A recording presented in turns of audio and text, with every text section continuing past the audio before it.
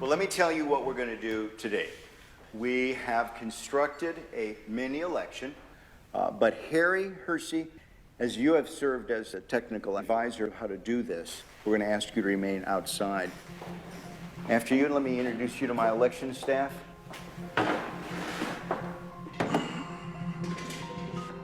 To ensure that we've not prepared some sort of a device that has been pre-rigged, pick the number, and then we'll grab that unit, and that will be the device that we will count the ballots on.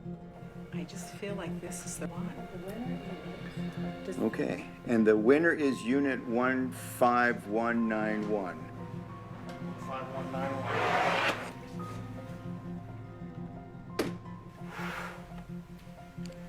What we have here is a programmed optical scan ballot. There is only one question on this ballot.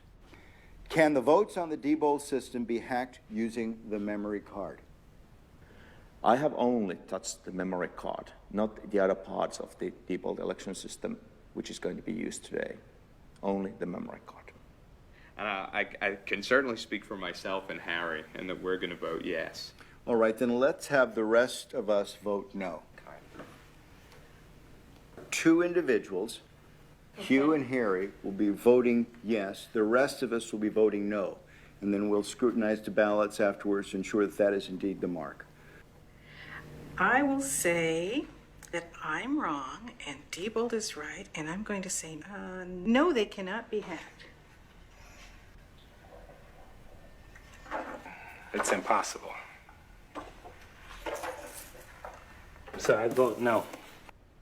I'm going to film myself voting. Excuse me. I'm going to mark this ballot no.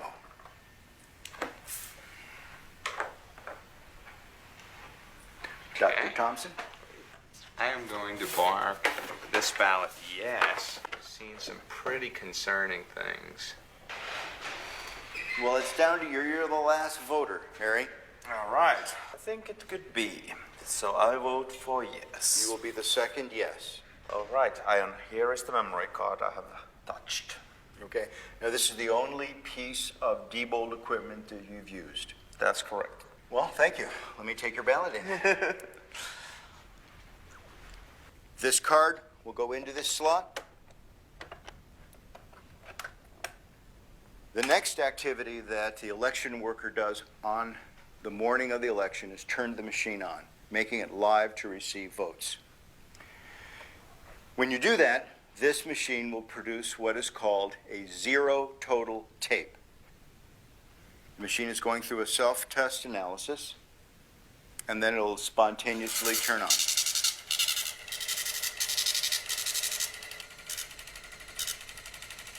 This is Harry's card that is telling us that there are 0 votes stored in the memory.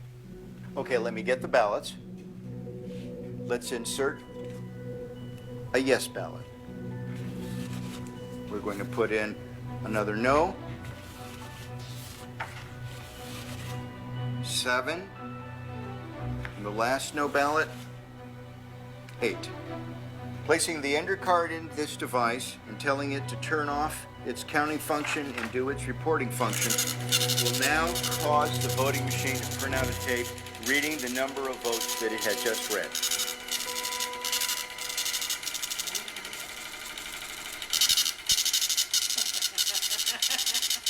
Oh my. Oh no! What is it? What is it? 7 yes, 1 no. Oh my God! Oh my gosh. Let me see. Here's the tape.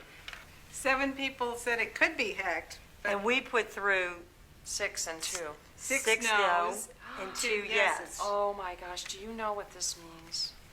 How do we know that Harry didn't just change the report and the votes themselves on the memory card are still correct? If that was the case, when they go into GEMS, the results would be different, isn't that right? I mean, the only way to know that is to read them into GEMS and to check the vote totals. See what GEMS says. So should we do that? I think we should, because I want to confirm for my own analysis Is this just a superficial? Right, that's a good In other words, question. Did we just change the words on this paper? And we will upload this memory card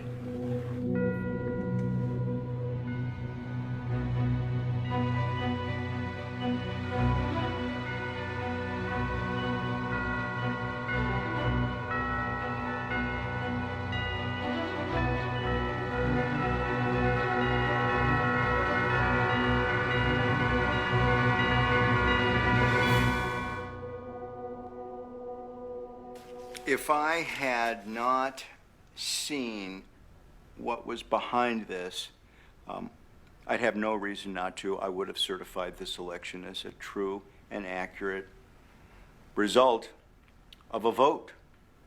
Susan, what does this mean for you? Makes me cry. I'm sorry, but it does. Why? Why? There's so many reasons. The reasons because there are people out there who are giving their lives to try to make our elections secure, and they're being called conspiracy theorists and technophobes, and these vendors are lying and saying that everything's all right, and it's not all right. And I'm crying because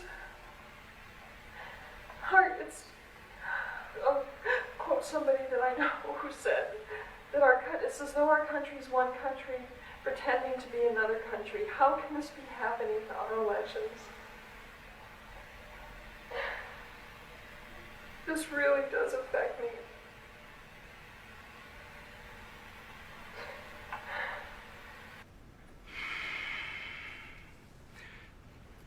I don't know exactly how to describe what I saw here.